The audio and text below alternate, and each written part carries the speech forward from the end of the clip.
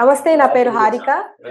ఈరోజు హనుమాన్ టీమ్ మొత్తం వెళ్లి ప్రొడ్యూసర్ కౌన్సిల్‌లో కంప్లెయింట్ చేయడం జరిగింది. ఎందుకంటే ఆహ్, రి అగ్రీమెంట్ ఉన్నప్పటికీ అంటే థియేటర్‌లు ఇస్తామని చెప్పి అగ్రీమెంట్ ఉన్నప్పటికీ థియేటర్‌లు ఇవ్వకపోవడం మీద కంప్లెయింట్ చేయబోతున్నారు. దీని గురించి మనతో పాటు విశ్లేషించడానికి దాము బాలాజీ ఉన్నారు, సీనియర్ జర్నలిస్ట్. సార్ నమస్తే సార్. నమస్తే. సార్ చెప్పండి. హనుమాన్ టీమ్ ఈరోజు ప్రొడ్యూసర్ కౌన్సిల్‌లో కంప్లెయింట్ చేయబోతుంది. అంటే థియేటర్‌లు ఇస్తామని చెప్పి కూడా ఇవ్వలేరు అని అగ్రీమెంట్ ఉన్నప్పటికీ కూడా. దీని గురించి మీరేం చెప్పబోతున్నారు? హనుమాన్ సినిమాకి మొదటి నుంచి కూడా ప్రొడ్యూసర్ కౌన్సిల్స్ కానీ తర్వాత 2 ఫిల్మ్ ఛాంబర్స్, ఇటు Telangana film chamber and Telugu film chamber, ముగ్గురు కూడా ముందు నుంచి కూడా హనుమాన్ సినిమాని సంక్రాంతి రిలీజ్ కాకుండా అడ్డుకోవడానికే ట్రై చేశారు. వాళ్ళు వీళ్ళని ఆపేయమని చెప్పారు. కానీ హనుమాన్ సినిమా ప్రొడ్యూసర్ కానీ ఇటు డైరెక్టర్ కానీ ఒప్పుకోలేదు దానికి. ఎందుకంటే మాది పాన్ ఇండియా సినిమా, మాకు నార్త్ ఇండియాలో చాలా ఇంపార్టెంట్ సినిమా రిలీజ్, ఫ్రైడేనే రిలీజ్ అవ్వాలి కాబట్టి మేము తప్పుకునే ప్రసక్తి లేదని వాళ్ళు స్ట్రాంగ్ గా చెప్పారు. దానివల్ల ఇంకా విధి లేక వాళ్ళు ఒప్పుకున్నారు. సో ఇప్పుడు ఏంటంటే గుంటూరు కారంకి నైజాం డిస్ట్రిబ్యూటర్ దిల్రాజ్ మాక్సిమం ఆయన దగ్గరే థియేటర్లు ఉన్నాయి. సో ఇప్పుడు వీళ్ళు కొన్ని థియేటర్లు గుంటూరు కారంకి, కొన్ని థియేటర్లు హనుమాన్ కి ఇచ్చే విధంగా ఒప్పందం రాసుకున్నారు. హనుమాన్ ప్రొడ్యూసర్ నిరంజన్ రెడ్డి గారితో ఎగ్జిబిటర్స్ అగ్రిమెంట్లు చేసుకున్నారు. కానీ అగ్రిమెంట్లు చేసుకున్న ప్రొడ్యూసర్స్ థియేటర్ని అలాట్ చేయలేదు, వీళ్ళకి ఇవ్వలేదు. దాని బదులుగా గుంటూరు కారం వేసేసారు దాంట్లో. సో ఇప్పుడు దానివల్ల వీళ్ళకి పెద్ద ఎత్తున నష్టం వచ్చింది. ఎందుకంటే హనుమాన్కి మంచి టాక్ వచ్చింది, హిట్ టాక్ వచ్చింది, రివ్యూస్ అన్ని కూడా చాలా ఎక్స్ట్రాడినరీ ఉంది, మార్వలస్ గా ఉందని. ఈ మధ్య కాలంలో ఏ సినిమాకి రానంత పాజిటివ్ రివ్యూస్ వచ్చింది. జనం కూడా ఎవరు కూడా బాగాలేదని ఎవరు అనలేదు. అదే గుంటూరు కారంలో యునానిమస్ గా బాగాలేదని టాక్ వచ్చింది. అయినప్పటికీ కూడా దీనికి థియేటర్ లేకపోవడం వల్ల ఇది నష్టపోయింది తెలుగు, ముఖ్యంగా నైజాంలో. సో దానికోసం వీళ్ళు ఏం చేశారంటే ప్రొడ్యూసర్ కౌన్సిల్ లో కంప్లైంట్ చేశారు. సో ప్రొడ్యూసర్ కౌన్సిల్ ఒక నోటు రిలీజ్ చేసింది అనమాట. ఇది కరెక్ట్ కాదు, మీరు థియేటర్స్ కానీ ఇప్పుడు ఇవ్వకపోతే వీళ్ళకి వచ్చిన నష్టాన్ని మీరే భరించాల్సి ఉంటది అని చెప్పింది. ఇక్కడ ఇప్పుడు మనం పాలిటిక్స్ చూస్తే దిల్ రాజుని గమనిస్తే మొదటి నుంచి కూడా దిల్ రాజు ఈ హనుమాన్ సినిమాని రిలీజ్ కాకుండా చూడడానికి ప్రయత్నించినట్టుగా మనకు అర్థమవుతుంది. ఎందుకంటే ఆయనే చెప్పాడు, నేను వీళ్ళకి చెప్పాను దీన్ని ఆపేసేమని. పెద్ద సినిమా అంటే అర్థమైంది అనేది కూడా ఆయన చెప్పాడు. పెద్ద సినిమా అంటే థియేటర్ కి ఎర్లీ మార్నింగ్ షోకి ఏ సినిమాకి జనం పరిగెత్తి వెళ్తారో అదే పెద్ద సినిమా అంటే. అదొక విచిత్రమైన డెఫినేషన్ యాక్చువల్ గా. అది ఎలా చేస్తావు, హనుమానికి కూడా పరిగెత్తి వెళ్ళొచ్చు కదా. సో రెండోది, పరిగెత్తి వెళ్ళినంత మాత్రాన అది పెద్ద సినిమా ఎందుకు అవుతుంది, దానికే ఎందుకు నెంబర్ ఆఫ్ థియేటర్స్ ఇవ్వాలి.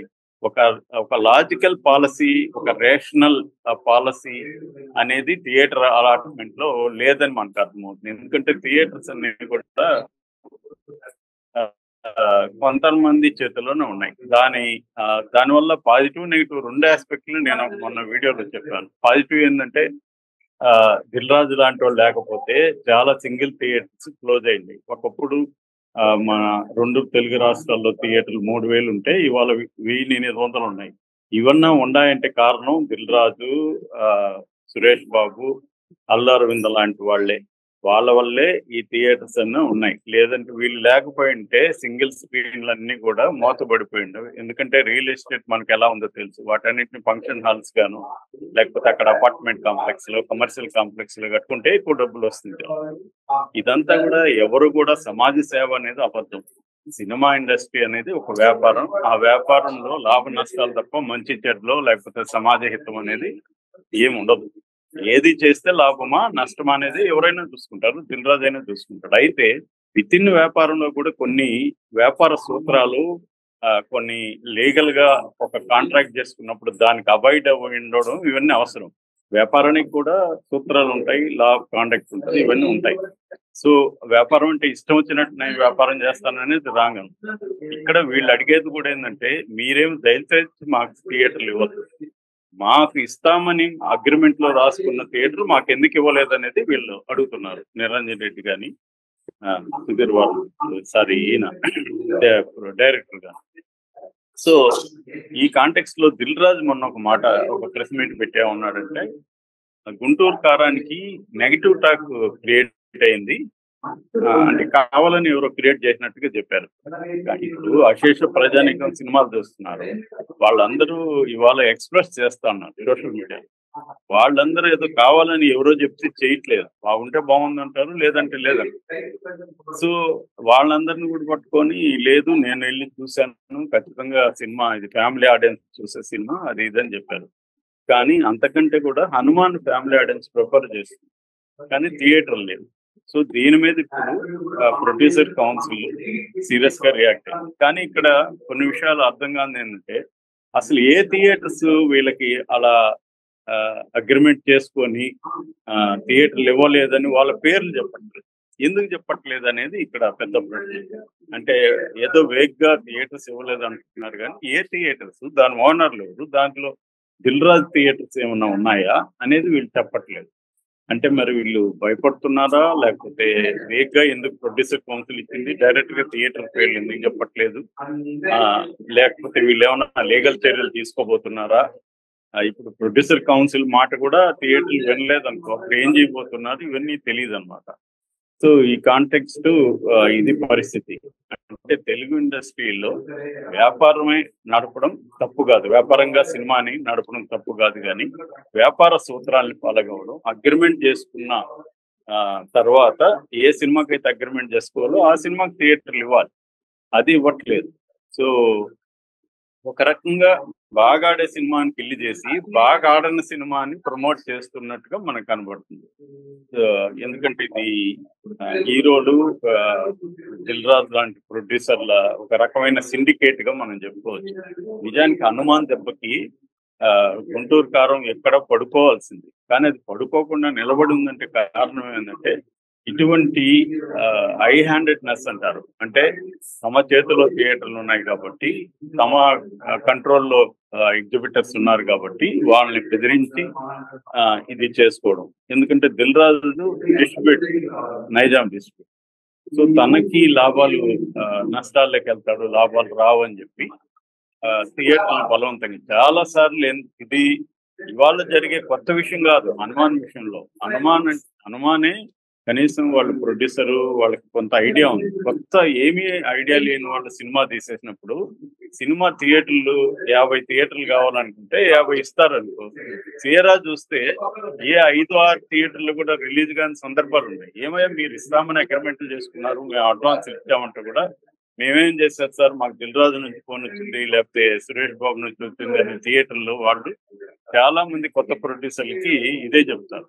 అందువల్ల ఒక్కొక్కసారి 2, 3, 4 ఏళ్లుగా ఒక సినిమా కష్టపడి తీసి ఫైనల్ గా దాన్ని జనంలోకి తీసుకోపోలేని పరిస్థితి ఇవాళ చిన్న ప్రొడ్యూసర్లకి, చిన్న డైరెక్టర్లకి ఉంది. పెద్ద సినిమాలు రావద్దని ఎవరు చెప్పరు, కానీ దీన్ని ఎలా పరిష్కరించాలి అనే దానికి ఒక రేషనల్ పాలసీ అనేది, పర్మనెంట్ పాలసీ అనేది ఉండాలి. అది లేకుండా ఎప్పటికప్పుడు ఎవడు బలవంతుడైతే వాడి వ్యాపారమే జరగాలి, బలహీనుడు వ్యాపారం జరగకూడదు అన్న ఒక పద్ధతుల్లో సినిమా ఇండస్ట్రీ. సో దీన్ని సినిమా సంస్థలు, అంటే ప్రొడ్యూసర్ కౌన్సిల్ కావచ్చు, తర్వాత ఫిల్మ్ ఛాంబర్లు, వీళ్ళు పరిష్కరించే స్థాయిలో లేరు. ఎందుకంటే వీళ్ళని కూడా కంట్రోల్ చేసి కొన్ని శక్తులే చేస్తున్నారు ఇక్కడ. సో అందుకని వీళ్ళు చిన్న ప్రొడ్యూసర్లు ఐక్యమైనా కూడా ఇది చేయట్లేదు. ఇది రిపీటింగ్ ప్రాబ్లం, ఇదేమీ కొత్తది కాదు. హనుమాన్ సినిమాకి మాత్రమే జరిగిన సమస్య కాదు. అందువల్ల ఇవాళ ఏంటంటే వాళ్ళకి సమస్య వచ్చింది కాబట్టి వాళ్ళు మాట్లాడుతున్నారు, కానీ ఇది ఒక్క వ్యక్తి మాట్లాడితే పరిష్కారం అయ్యే సమస్య. దీనికి ఏంటంటే చిన్న సినిమా ప్రొడ్యూసర్లు ఐక్యంగా కావాల్సింది, వాళ్ళు ఆర్గనైజ్డ్ కావాల్సింది, వాళ్ళు ఒక ఆర్గనైజ్ అయ్యి లీగల్ గా ఫైట్ చేయాల్సింది. At the same time cinema ఇండస్ట్రీలో మిగతా వాళ్ళని కూడా ఆర్గనైజ్ చేసి ఈ థియేటర్ల దాని ఏమంటారు, గుత్తాధిపత్యం అంటారు, మోనోపలి, ఈ మోనోపలి అనేది బ్రేక్ చేయాల్సింది. రెండో ఆల్టర్నేటివ్ ఏంటంటే, బుక్ మై షో లాంటివి జగన్ లాంటి వాళ్ళు ట్రై చేశారు. బుక్ మై షో లాంటివి ఆపేసి గవర్నమెంట్ ఇస్తుంది. నిజానికి అదొక మంచి పద్ధతి.